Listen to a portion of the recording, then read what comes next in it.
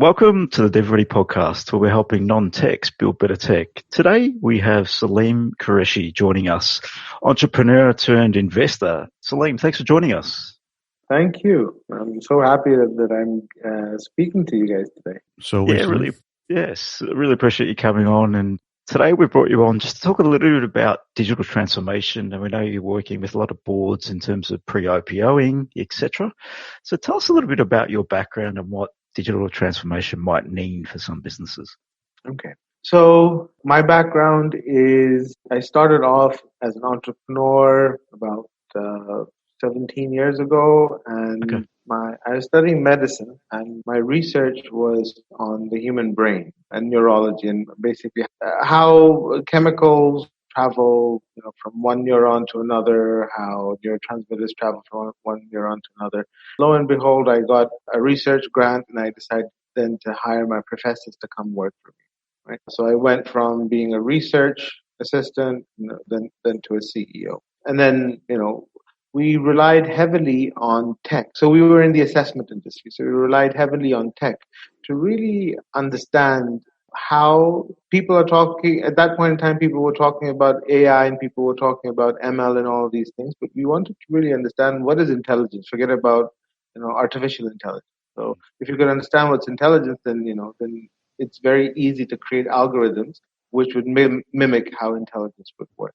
Anyway, so we had a couple of exits, and from there, the money that we had accumulated, that went into a fund. And so I went from being an entrepreneur to an investor. And then as time went on, and especially in the last couple of years, what I realized is that several industries are so far behind. For example, the education industry is so far behind. It is a little bit, isn't it? Yeah, with respect to digitization, with respect to using the power of the technology that's available. And I last decided, few months, they probably haven't been. Yeah, things are changing. Yeah. They have to. Things are changing. But what's really interesting? What's really interesting is that although the technology has been introduced into the education sector, so hence ed tech, right? Mm-hmm. But the people are still, analog. They are so yesterday.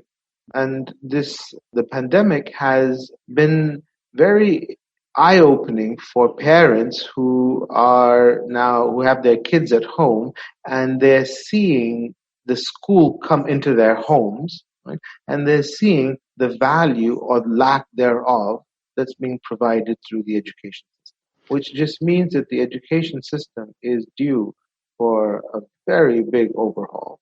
How would you find it, Anthony? I don't know. I've got little kids. Anthony's got a daughter at home. Just what are you, preschool? Not quite school yet. Transition prep program, so just before to get her ready. I'm not sure what you mean by lacking, because she's getting enough material to go through. Because she's so young, she can't physically do everything herself on the computer. She's not capable yet, so we're helping. Yeah. But I don't see anything lacking with what they're providing. All right, so you might not see it for younger kids, but let's talk about grade 2, grade 3, grade 5, grade 12. So all the reports that we are seeing from the US, a lot of schools within the European region, a lot of the schools within Africa, definitely schools within Southeast Asia and in countries like Vietnam and Thailand and Philippines. The education system is so backwards. It's not training our kids for 2030, and these kids are going to graduate in 2030. Well, one of the reasons is because the teachers they themselves don't know what 2030 is going to look like, right? The people who are setting the curriculum, they don't know what 2030 is going to look like. Hence, the whole curriculum is so far behind. So basically, we're teaching kids, the curriculum of the 1980s. Yeah, nothing's really changed there. What they taught in the syllabuses. Yeah. But potentially what you're describing is more of probably an issue to do with the culture in the country and the way things are being taught at their universities. Because I would say... You're absolutely right. You're absolutely right. But that's no excuse for putting your own kids at risk. So, no, of course not. So you have a lot of very successful models, such as the education models within the Scandinavian countries.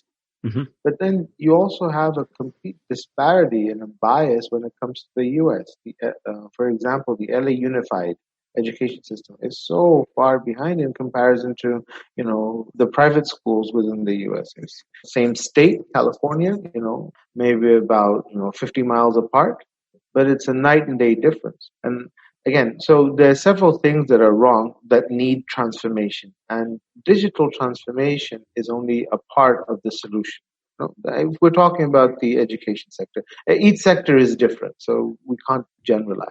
But in the education sector within the U.S., for example, right? So there's a digital divide, and the inner city kids, especially kids of color, they are being underserved. Let's put it like that. Mm-hmm. If we take a look at what's happening in places like India and Pakistan and Vietnam and Philippines and other places, the curriculum is so backwards, it's unbelievable. They might be good in a couple of subjects such as math, but everything else is so behind, right?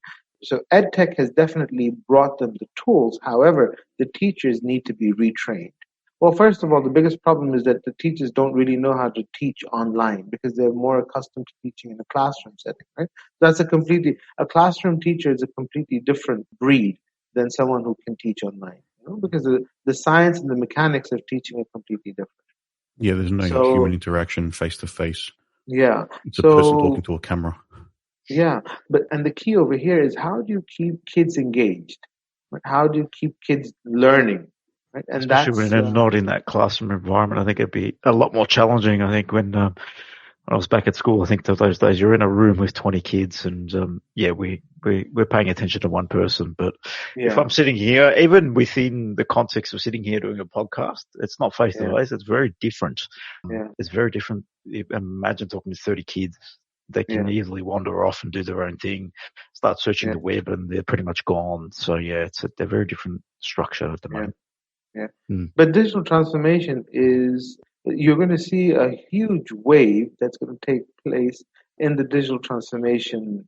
Do you remember in the late 90s, there's this .com craze, right? And if you didn't have a website, then you were kind of obsolete, right? And that's actually what happened, right? So the world is going to have a similar .com moment right now. If you have not used digital transformation to progress, to overcome where your current situation, at that point in time, it's going to be very difficult for you to survive, because you know what? There's going to be this small little player, sitting in their garage, right, working on something that looks like a bullet that will, aim right at your heart, and that'll be the end of you if you've not gone through digital transformation. And there's a whole science to going through digital transformation. So do you think the same rules apply from that sort of .com period to now, where like a website and your digital transformation, it's not about the technology. That's just a tool and an enabler. It's about the process and the culture that has to change first to make that all happen. You're absolutely right. That too. But also, there are a couple of other things that come into place over here. So, for example, the first thing that you need to do when you're talking about digital transformation is that you need to understand that, so there are buzzwords that people are throwing around left, right, and center, right? So everyone is saying, oh, we're going to build a platform. Oh, we're going to build a platform. But before you build a platform, the first thing that you actually need to do is you need to have something, something along the lines of an enterprise architecture.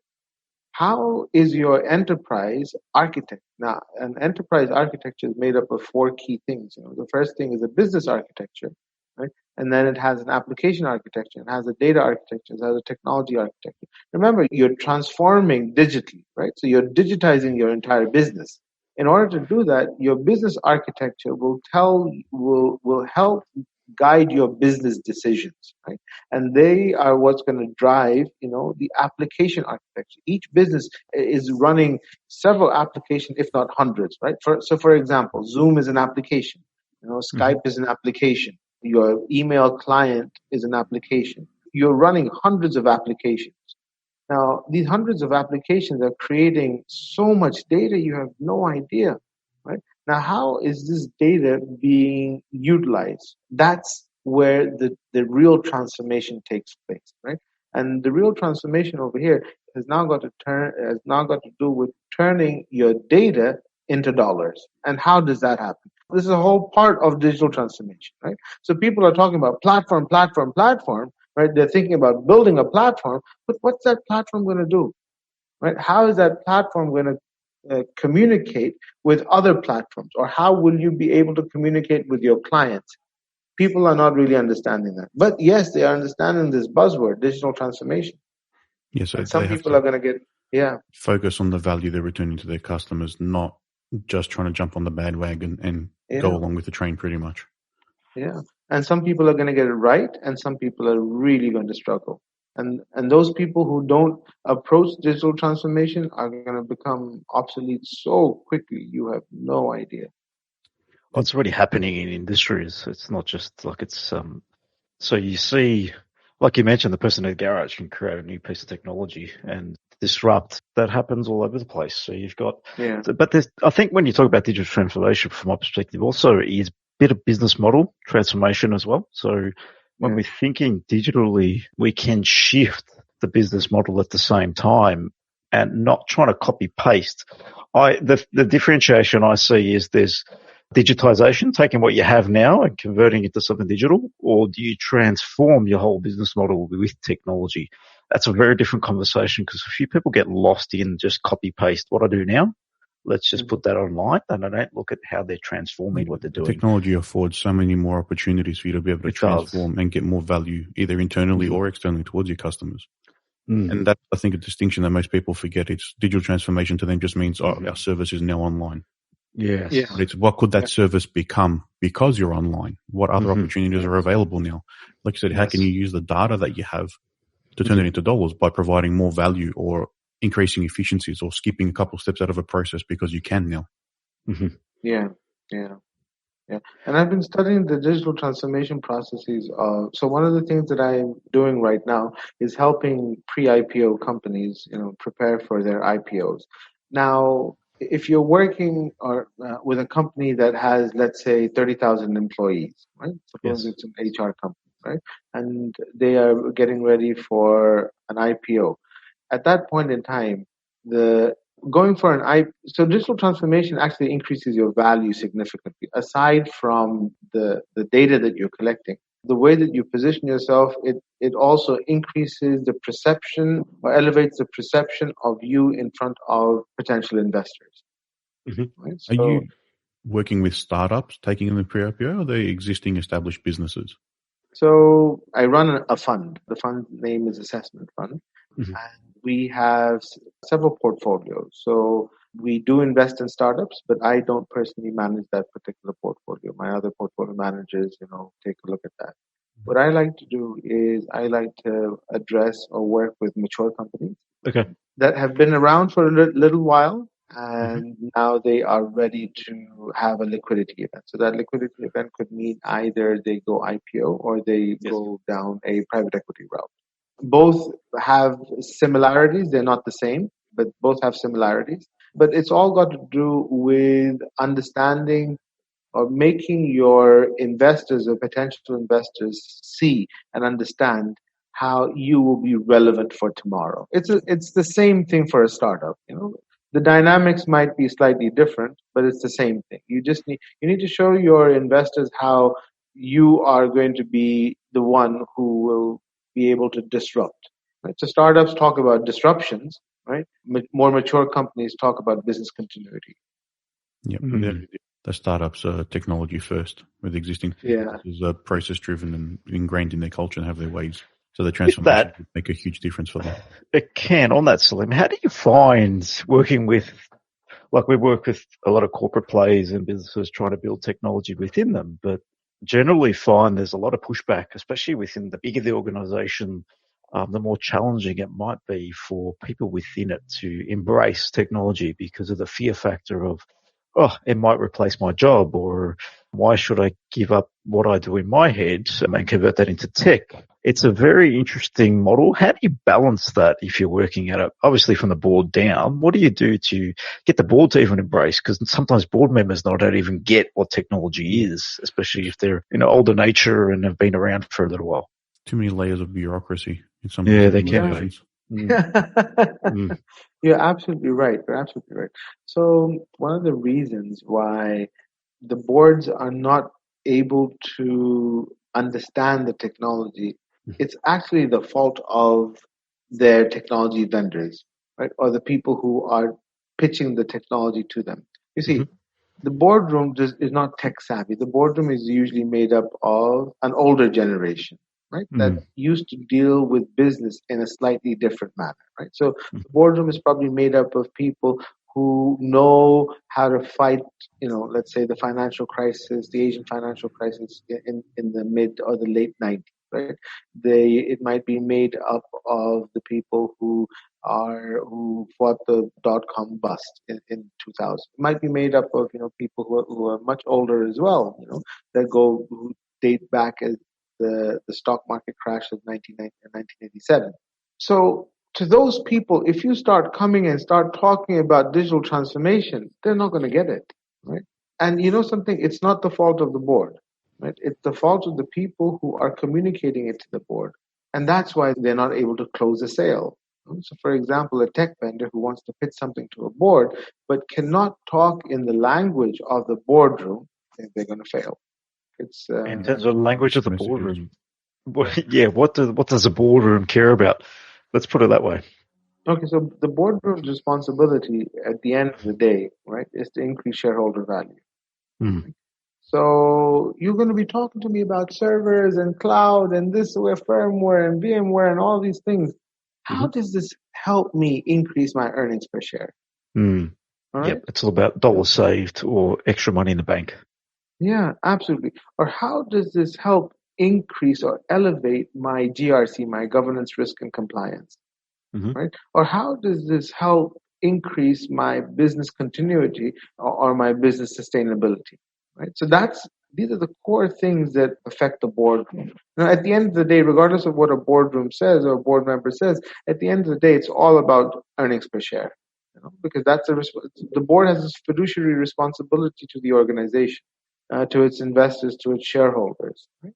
So if the vendor or the person pitching the technology does not understand the language of the boardroom, the thought process is not going to go through. And this is one of the main reasons why, one of my main responsibilities that I've taken upon myself is to basically educate the boardroom on the impact of digital transformation from a financial standpoint. Right? So I talk to them with respect to the balance sheet. Now, everyone is able to understand balance sheets. Everyone is able to understand numbers, right? Correct. And you might not be able to... Go ahead.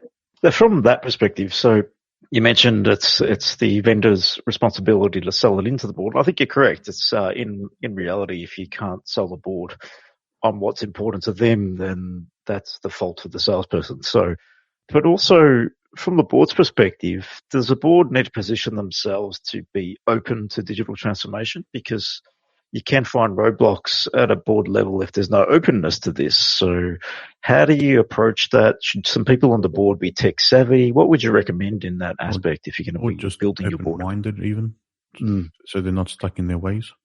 Okay. So if person A comes and they start talking and pitching all kinds of really, really amazing tech and platforms and integration and, migration and everything, right? And data lakes and data warehousing. And the other person comes, and there's person B who comes, and he says, you know what? If you adopt this thing, this particular technology, right? The net result would be an increase in your earnings, by 20%. Yes, right? It's a different conversation, something they can understand. Yeah. Absolutely. Absolutely. So the boardrooms will always be open to increasing shareholder value, right? But the problem is that the people who are pitching, they miss out on this whole thing, right? Because they're living in their own silos. And you know what? A lot of the people who are pitching technology right now are millennials, right? Not understanding that the boardroom is not really the millennials, right? It's a lot of the baby boomers, right? And it's also the Generation X, right? So as it is, there's a complete divide with respect to the thought process. Right? So the millennial will be talking a million miles an hour, while the boardroom will be thinking, what is he really trying to say over here? Right? So again, the responsibility to the shareholders comes from the boardroom, right? But the responsibility for the adoption of the technology, is not the boardroom's fault. It's a lot of the fault comes down to the people who are pitching it. So yes, the boardroom is responsible to its shareholders, right? Mm-hmm. So that's where the responsibility lies. But if I don't, suppose I'm trying to learn Chinese, and if you're teaching me Chinese in Chinese without translating that into a little bit of English before you go into Chinese, then you're losing me from the very beginning. Yeah. So that messaging is important. Yeah. Oh, if it's like what we talk about, it's never about the tech. In reality, it's always about the outcome. So if you're more outcome focused, solution selling, what are you actually selling? What am I going to get from this? It's the same conversation. You walk into any conversation and talk about the tech stack, the AI that's in this and the amazing things this does, or the encryption mechanisms, bits and pieces. It can come off well if someone's tech, but if they're not, you can lose them pretty quickly and they just don't understand the context. And I think it's an important point. We need to talk to the people that we're selling to and in the same mindset and same language that they use, not the language we use. Yeah. Yeah. We're getting ready with one of the companies that I'm working with. We're getting ready for an acquisition, right? Okay. So as we're getting ready for an acquisition, we're taking a look at how this particular acquisition will increase the organization's value with respect to earnings per share, right? Because at the end of the day, for the boardroom, it all comes down to earnings per share, right? So how are we reducing our cost if we acquire this? If we're reducing our cost, automatically that impacts the earnings per share. The earnings per share goes up, which means the PE ratio comes down, which means that you are undervalued, which means that someone will start buying your stock and your price of the stock will go up. So as we're making this acquisition, we're studying how through an acquisition we will be able to move faster towards digital transformation. Okay. Right? Those who cannot or who find it very difficult to build the whole process of digital transformation can always start acquiring entire businesses or business units, which will help them move faster. Yeah, correct. Well, it becomes acquisition's one thing, but it becomes how that acquisition's managed. Because if it's not managed well, they can end up pretty badly as well. So, I think yes, acquisition is a way to bring in resource and capability, and then how that capability is managed is also very important. Yeah. So in terms of the way you look at it, let's just take a lens back, because you've talked a bit about vendors and tech vendors coming in and potentially being millennials pitching to boards and pitching to organizations around transformation. Some of the opportunities that you see for people from the outside in that can add value to some of these big organizations, where do you see the opportunity lies over the next 3 to 5 years? That's actually a very interesting question. That's a very, very interesting question, because 3 to 5 years is actually a lifetime. It is. I didn't say 10. I didn't say 10 plus years because there's no such thing anymore. 3 is a little cusp of probably what we can get our head around right now. I think the next few months is probably a challenge at the moment. Yeah. Okay, so the way I'm taking a look at things, it's becoming very evident that there is going to be a very, very big paradigm shift in how people work. Right? So regardless of what industry you're in, the work from home concept is now becoming, forget about being a reality, it's becoming mass adoption of work from home. Right? It has been. I agree with that. The other thing that's happening is that as unemployment is increasing, stock market or stock prices are also increasing. And that's never happened before. Right? This is happening for the first time. Right? Now, the last time a glimpse of this was felt was in the collapse in 2008. Basically, what started happening was that when the financial crisis hit the world, companies started laying people off. And as they started laying people off, they started bringing in, or they started adoption of technology. And as they started adoption of technology, they went into something called RPA, robotic process automation. And as RPA started kicking in, they realized, you know what? I don't really need Jack to do this work for me, right? We can just, slap in a couple of applications together, and that will then, serve they'll replace Jack. And that was the first, first wave of digital transformation, so to say, right? And then what happened is that the stock prices, started going up, but unemployment was not going down. I'm talking about global unemployment, right? Yes. And then the world saw a new term being coined called long-term unemployed. So these are the people who have been searching for jobs for the longest time but are not able to find the jobs. Now, with this pandemic, where everyone is now being forced to work from home, companies, if you take a look at the stock price of the company, they're going up. Right? Yes, there's a correction that's due. Yes, all of these things are going to take place, but companies are still making money. Let's not talk about the stock price. Let's talk about the earnings per share. Companies are still making quite a bit of money. Right? Mm-hmm. They're not being as impacted, especially the larger companies. The smaller companies. The larger techie-based companies, there's a lot of still buying online has shifted. So these large companies are still making good money. So but there are overinflated companies out there still now in the current climate. There's some massive overinflated prices on some of these businesses as well. Yeah, but the people who have overinflated these prices, they're obviously investors, right? And some of them are pretty intelligent investors, and their prices are being overinflated primarily because they're realizing that the large tech companies are going to grow even larger, right? And the smaller consolidation. Yeah, the smaller player is going to be priced out of the market, or they won't be able to survive, right? But anyways, the real challenge for the world is going to be unemployment, because this work from home, thing is really going to test people's ability to upskill themselves, right? So that they can stay relevant. Get it, right? As RPA is kicking in, so it's like Lord of the Rings kind of scenario where all of, this battle forces, digital transformation coming in and unemployment coming in, and people not being able to upskill themselves, and then Mordor coming in, and is it that they're not able to upskill themselves, or they're not afforded the opportunity by their employer? Because some people will still upskill themselves on their own merit and their own time. You know something? If there's anyone that's out there who says that I don't have the resources to upskill themselves, they are flat out lying. Correct. Because everyone's got the great resource called YouTube. Yes. There you go. As a minimum. Whatever. Yeah. There's there so you much go. on there. Yeah. So you can either stay relevant, right? Or you cannot be counted. That the choice is entirely up to you. As you said, 3 to 5 years, right? So the 3-year cusp, the people who are not doing, who are not constantly learning, right? They will be so left out of the new economy. And no one really knows what the new economy looks like, but there's a new economy that's being created.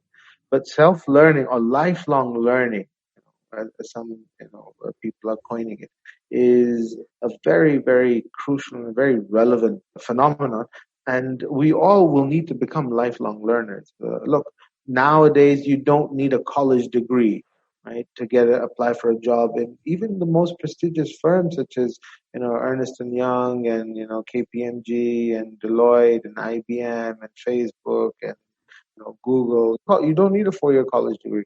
And one of the reasons why you don't need a 4-year college degree is because it's cheaper for them, or it's much easier for them to take kids out of high school or kids right out of college even before they've graduated and retrain them. But one of the reasons why this is happening is because the education sector is so far behind. Companies would rather have people unlearn to relearn, and things that are more relevant. And this is something that's happening, globally.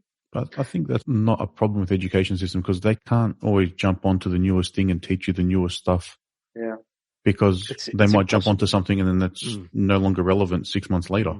So that's... I was going to say, it's their responsibility sort of to instill in the student like a willingness to learn. They have to teach you the fundamentals and you have to take that on board. So that's what I got out of university. Yeah, but not everyone does. Yeah. No, yeah. But what you got out of university, the time that you were in university was a completely different time. Yeah. Right? Yeah, it was 2000. Plus, you need to think about, Anthony, what you're learning at university was tech. Yeah. So you had to go and learn. It was not learning out of a textbook and accounting practice. Yeah, it's different. Things. The accounting stuff is different. Yeah. That's not going to change. too often. Yeah, but it is big legislative sweeps for something to change for them to rewrite the syllabus at a university. Same in the law department. So what is in those books stays in those books for a long time because that's the law. But that's what stays in the books, but the people don't get educated on the changes that are occurring in business. So accounting today is very different from accounting 10 years ago. Yeah. And Anthony, if you forgive me, I'm going to disagree with you. Right? Not a problem. And one of the reasons why I'm going to disagree with you is because if I am paying for education, it's your responsibility, the people who I'm paying, right? It's their responsibility to make sure that what I'm learning is completely up to date. I agree with you because I remember sitting back at uni and learning, and I think, Anthony, you can attest to this. I think you're going through a games degree and learning things back from the 1980s. So I think that's not relevant to even the time of what you were doing. So, yes. I agree it needs to be relevant, but there's a degree of relevancy that it has to have, but you can't get too far forward with that stuff, especially in the tech space. I think if they teach you the wrong thing, within 6 months you've lost it potentially. Yeah. So they have to teach you the fundamentals regardless of what it's in, not the newest, shiniest thing. You're absolutely right. But the tech space is an anomaly, right? So let's take a look at... That's another kettle of fish altogether. I'll give you a real life example. I won't mention the name of the country, right? But this is something which is happening in many nations. So there's this really big university. I'm talking about last year, 2019. A very big university, a national university, and they have a course on mass communication, or a degree in mass communication. And they're spending 2 semesters, it's a 4-year college degree, right? They're spending 2 semesters on radio and broadcasting, right? Okay. Not podcasting, right? Radio and broadcasting, right? And what FM is and what AM is and what, all of these other yesterday's technologies are, right? Now that's a disservice. You're spending 2 semesters in mass communication and you're talking about this, right? And they have less than half a semester on social media. That's where it all should be. Right in the current climate. If you talk about mass communication right now, where is it happening? Yeah. The biggest place to build a mass following is Instagram, for example. Yes. So in that particular context, you see, there's so many plays that are going on, and the developing nations, they are so far behind, right? Not to say that the developed nations are doing too well either, because the culture is a little more advanced in the developed nations, so hence they get a little, they get a natural bump. But the developing nations, where the majority of the world lives, where 2/3 of the world lives, things are not looking too rosy. What are your thoughts? We've obviously been impacted. The work from home you've mentioned quite a bit. This really breaks down borders from what I see. Now, if it hasn't already, we're in an economy that we can get help from anywhere. Do you see bigger organizations opening up more borders, more overseas employment as a result of this? I know it's already happening, but if everyone's working from home, what's the difference? The borders are gone. All of a sudden, the opportunity opens up for everybody to expand across borders. And for me, talking to Anthony, he's in Melbourne. He doesn't need to be in Melbourne. He could be anywhere across the world, and it doesn't really matter. You're sitting in Pakistan right now, and it feels like you're in the same conversation as we are now. It is. So that is completely squash borders if it hasn't already. And I think the working from home is going to make a dramatic shift there. So what are your thoughts on that and how it might leverage the way we work as businesses, as communities, as startups, as whatever it might be? So that's a very interesting question. And there are so many ways to look at this.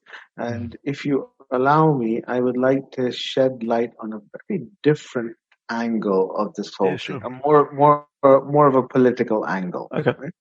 Without being political. The world is becoming less globalized and more polarized, right? There's an increase in the national sentiment in every nation, right? The importers of talent, they are looking inwards, not outwards, right? So the importers of talent, who were they? It's always, the US has always led the way. Then Canada has always led the way. Then Australia has always led the way. Right? Now, while this is happening, and a lot of the borders are closing not only because of Corona, but also because of mindset, within the, from a political standpoint. Get it. Now, as the borders are closing, you have digitization that's taking place where people don't necessarily need to be in the same country. They can collaborate. So there's a tech term called JAD, Joint Application Developments, and so on and so forth. Mm-hmm. So what's becoming even more interesting is that a U.S. developer, and I'm just going to use hypothetical numbers over here, right? A U.S. developer, if that individual costs, $100, right, a day or an hour, right? Let's say an hour, right? If he costs $100 an hour, right, then, and again, these are just hypothetical numbers, right? Yeah, then get it. An Indian developer would probably cost about $65 an hour. Mm-hmm. But you know what's happening? What's happening is that the US developer now does not have a job. So he will lower his prices because he's no longer living in Manhattan, which is very expensive, right? He's working from home. He can go and live in the suburbs, or better yet, then go live on a farmland. He just needs a Wi-Fi connection. Yes. Right? And he's able to log on. And if that individual reduces his rates, because now he's becoming a gigger, even though he's a full-time employee, but he's treated as a gigger, right? So if he drops his rates down to, let's say, $70, he will be hired over the Indian developer. Right? Agree with that. Yeah, I would agree with that. So there not only is, when it comes to work from home, not only is there a political, shift to this whole thing, but how people are fighting for new contracts, right? Or fighting for new projects. That is also, changing the entire dynamics of how the work from home, salary dynamics, projects, how all of these things are moving. So when you're talking about borders have not really made too big of a difference for quite a while. But now with this whole thing, we're going to be seeing something very interesting, as time goes on. I think, they leaned on that a little bit there. It does open up the opportunity to separate from a city, for example. Like anyone can be working from anywhere within a country or within a space. And I think that is going to be the biggest shift, and the impact across that is, at the moment, in big cities like Melbourne, Sydney, for example, New York, for example, yes, the land prices are ridiculously high because of the demand to get into those cities. Now, if the demand diminishes and spreads out, the whole infrastructure and the way we do business can completely shift, and the dynamic can change. So that's where I see some opportunity opening up, especially within countries. There, for me, I see it as a big opportunity for businesses to be more flexible with their employment, especially the learning we've all had, and give maybe a little bit of freedom off the back of the city itself, because then we can look, you can see, you look at the streets, they're reduced by, travel times reduced if you want to travel anywhere. So if we can keep people at home, it just changes the whole dynamic of the way we do business.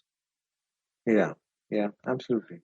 Very interesting times ahead. So from your perspective, Saleem, if I'm sitting in a business right now, what do I need to be scared of if I'm doing nothing that's in terms of digital transformation?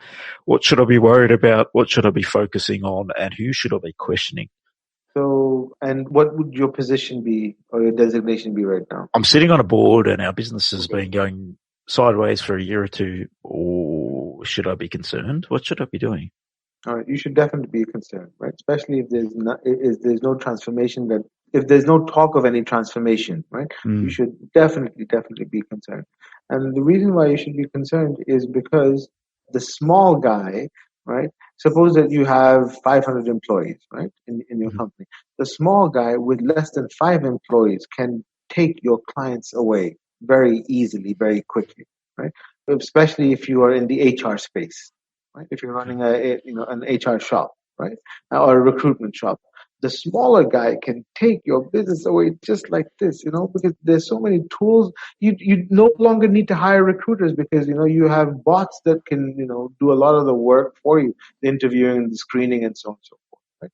So if your business is going sideways and you're not doing anything with respect to digital transformation, then rest in peace. I like it. So there's no 3 to 5 years for you, basically. So it's a tough one because we've done business. The business has continuously evolved, and I think you've touched a bit learning side of things. And I think even at a board level or whatever level you're at, you need to be learning and you need to be aware of what's coming. Yeah. I want to give you, it's easier for smaller companies to transform, right? But it's very difficult for large companies to transform. Yeah, I agree with that.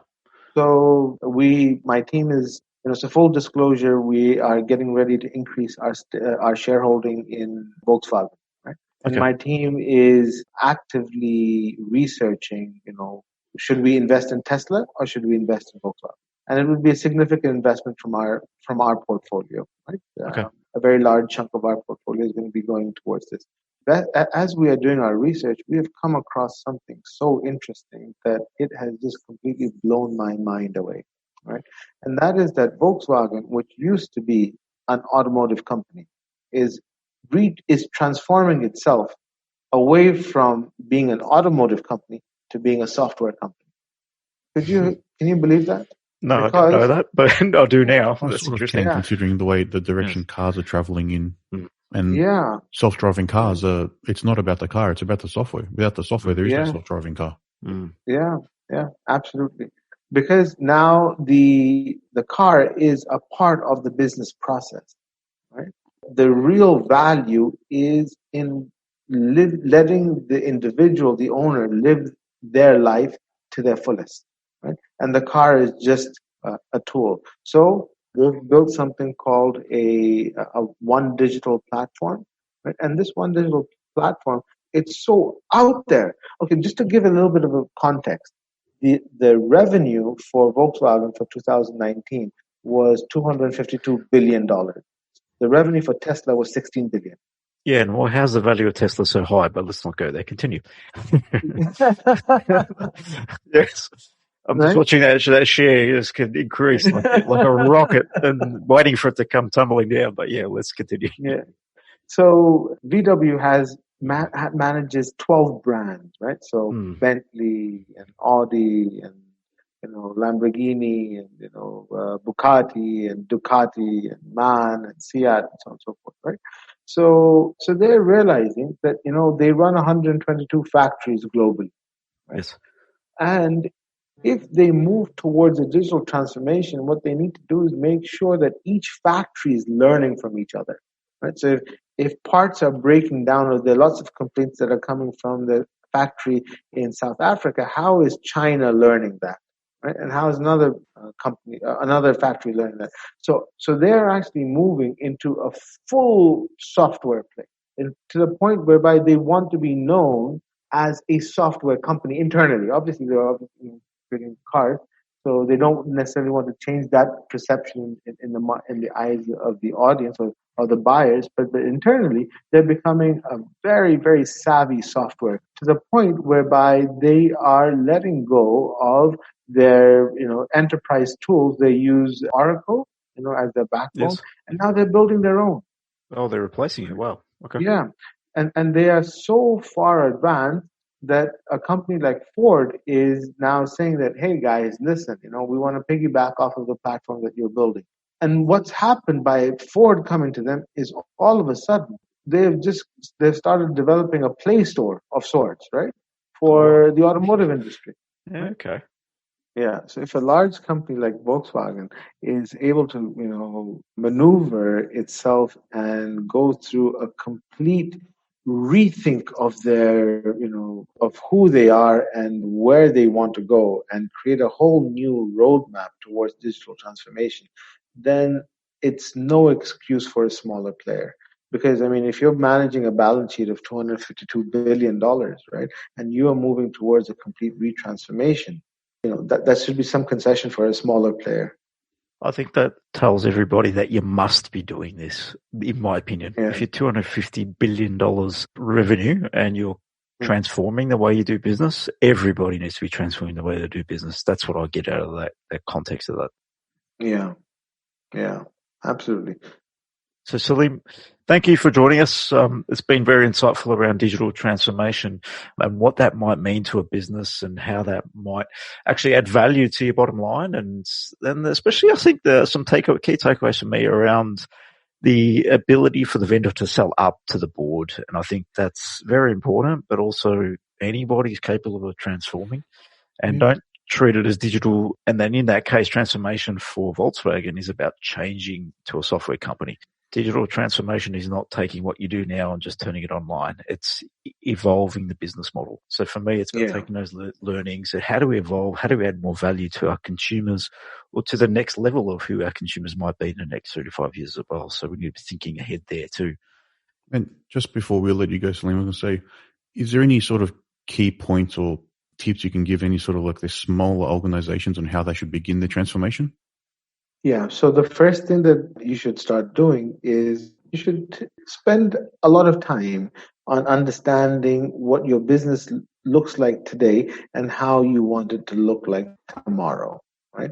And then from there, you should draw a roadmap, right? And you don't need to spend any money in order to do all of this, right? This is more of a thinking process.